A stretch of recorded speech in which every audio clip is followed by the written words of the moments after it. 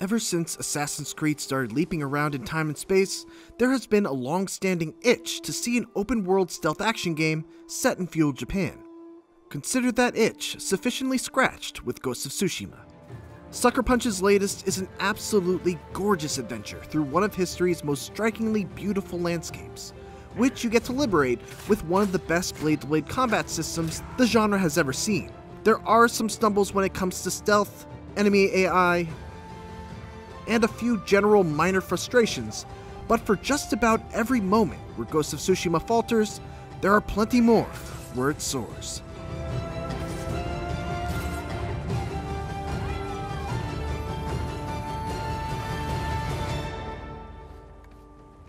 Ghost of Tsushima is a fictional tale told with fictional characters, but it's based on the very real invasion of Japan by the Mongol Empire in 1274 that began on the island of Tsushima.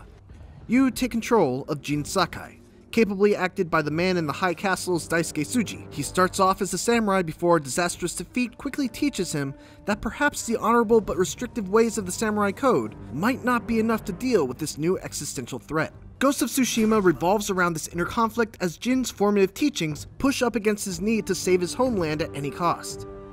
I've never seen a samurai fight like that. It takes a little while to really get going, but it's a compelling struggle, even if Jin himself isn't the most charismatic of protagonists. The English voice cast is great all around, though it's a shame that the excellent Japanese audio track comes off as a comparatively cheap dub with wildly mismatched lip flaps. It's not a huge issue, as it's still well worth playing in Japanese, especially to check out the black and white Kurosawa mode in all of its film grain glory. What isn't ever a bummer is the music, which seamlessly shifts from quiet and ambient shakuhachi flutes during stealth moments to thunderous taiko drums once blades start clashing. It always enhances whatever emotion a scene is trying to evoke.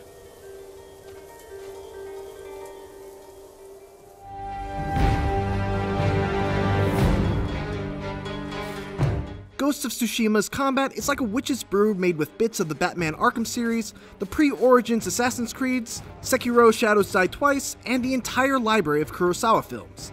And as witch's brews tend to be, the result is magical. From the outset, it's pretty basic. Light attacks, heavy attacks, a block button, a dodge button, etc., all stuff that will sound familiar. The glue, though, that holds this combat system together and allows it to remain interesting the whole way through is the addition of stances, each of which is suited to deal with a different weapon type.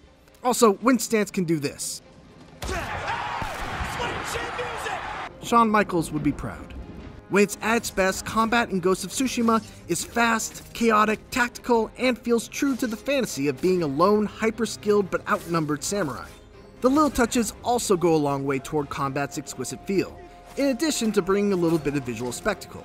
You barely see the on-screen HUD, and the camera always stays really tight so you can get a close-up view of the action. Enemies have clear audio tells so that even if you can't see them, you know when to dodge or block. And fatal attacks often end like this. That's the last of them. It's over. But the most rewarding part is that there's no traditional level-based stat progression, which is great, and here's why.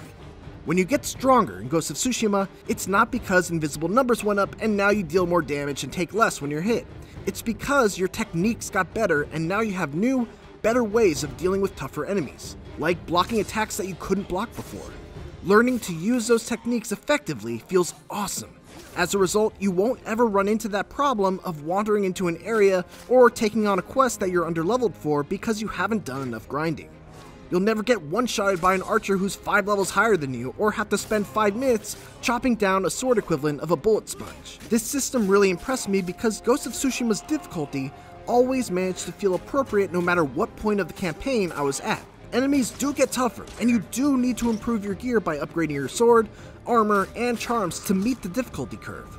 But the stat improvements from gear always felt secondary to the skills that you accumulate, and the challenge always felt fair, even when I bumped the difficulty up to hard mode, which makes enemies more aggressive, but it never took away from the lethality of my sword.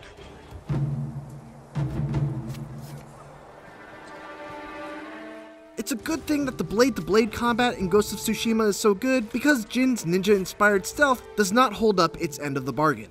It works on a very basic level, but the real problems arise once you get spotted. Enemies just don't know how to handle it.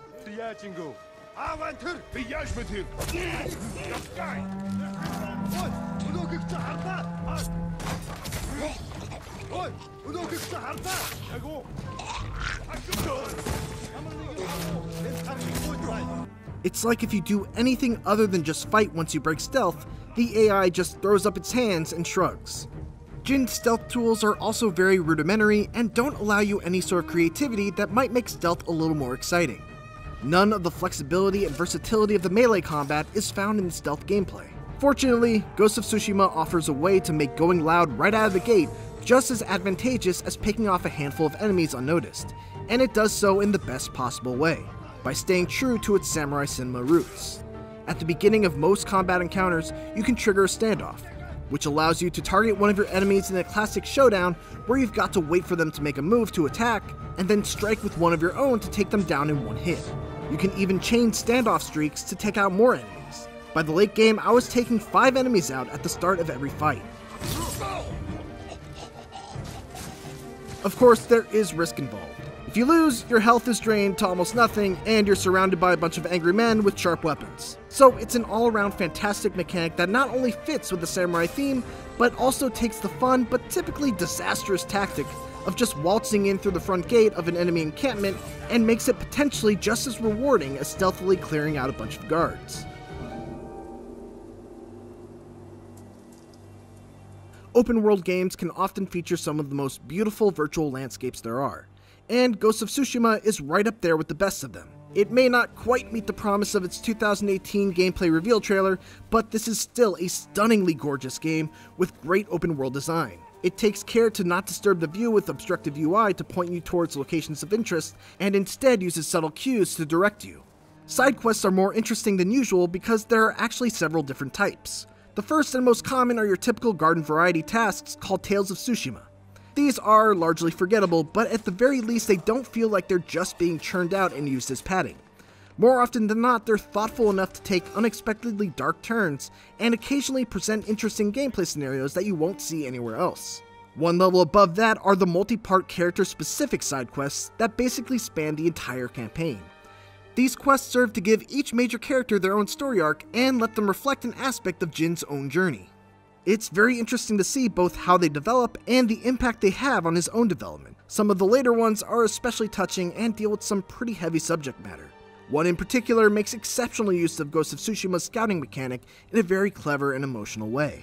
Tales of Tsushima typically reward you with charms that boost a certain aspect of your character, allowing you to spec into different builds, whether it be a stealth build, tanky build, or a build centered around terrifying your enemies. In the early going, these charms were a great incentive to complete side quests, but once I had pretty much all the charms that I needed later on, the Tales of Tsushima lost much of their appeal from a reward standpoint. Finally, there are the Mythic Tales. These are epic side quests that are obtained by listening to a musician tell their story via these awesome animated Sumie cutscenes. The rewards are among the best you can get, but even without those incentives, these quests are still some of the best moments in all of Ghost of Tsushima.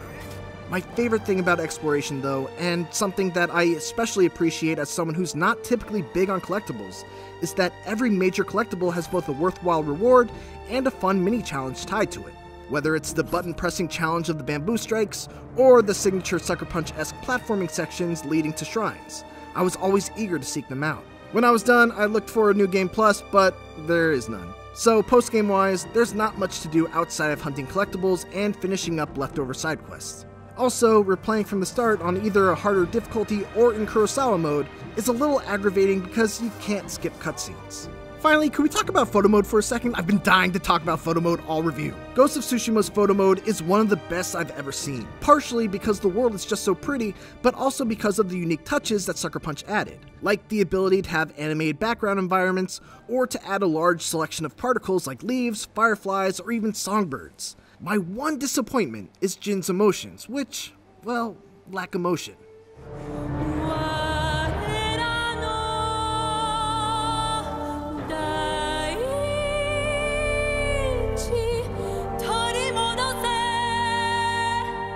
Ghost of Tsushima is an enormous and densely packed samurai adventure that often left me completely awestruck with both its visual spectacle and excellent combat.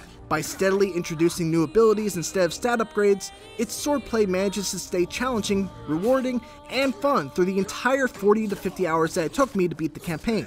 There are a few areas lacking in polish, especially when it comes to enemy AI and the stealth part of its stealth action split, but this is still an extraordinary open-world action-adventure game that solves several issues that have long gone unaddressed in the genre, while also being just an all-around samurai slashin' good time. We are samurai!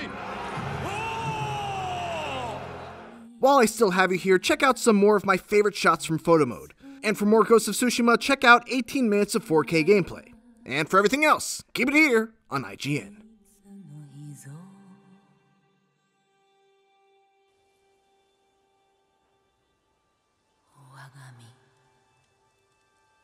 真実となるわ。